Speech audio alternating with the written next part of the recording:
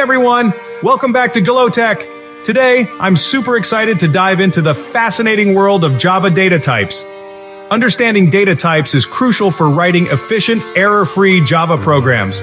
So let's jump right in. First off, what are data types in Java? Simply put, every variable in Java must be assigned a specific data type, which defines the size and type of values it can hold.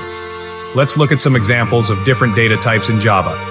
Int myNum =5 / integer whole number, float myFloatNum =5.99f / floating point number char, myLetter =d / character boolean myBool =true / boolean true false string myText =hello / string sequence of characters.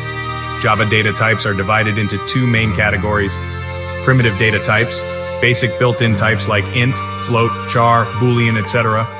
Non-primitive data types, more complex types like string, arrays, and classes. We'll dive deeper into these in future tutorials. Alright, let's start with primitive data types in Java. These specify the kind of values a variable can hold. Java has 8 primitive data types, each serving a unique purpose. Data type description.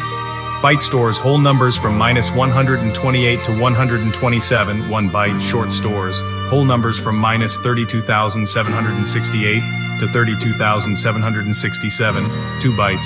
Int stores whole numbers from -2,147,483,648 to 2,147,483,647, 4 bytes. Long stores whole numbers from -9 quintillion to +9 quintillion, 8 bytes. Float stores fractional numbers up to 6, 7 decimal places. Double stores fractional numbers up to 15, 16 decimal places. Boolean stores true or false values. Char stores a single character, for example, a 7e. Now let's take a closer look at the Boolean data type. One of the most commonly used data types in Java, Boolean represents values that can be either true or false. Here's an example of Boolean variables in Java. Boolean is Java fun =true. Boolean is fish tasty =false. System out println is Java fun. // outputs true system out println is fish tasty. // outputs false.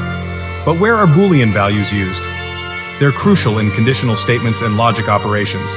You'll often see them in decision-making, if-else statements, loops, while for, user input validation. We'll explore more about Booleans and conditions in upcoming tutorials, so make sure to stay tuned. Final thoughts. Understanding data types is fundamental for Java programming. Whether you're working with numbers, text, or logical conditions, choosing the right data type helps make your program more efficient and error-free. Don't forget, subscribe for more Java tutorials, like and share this video to support the channel. Comment below if you have any questions. See you in the next lesson on more of Java data types. Happy coding!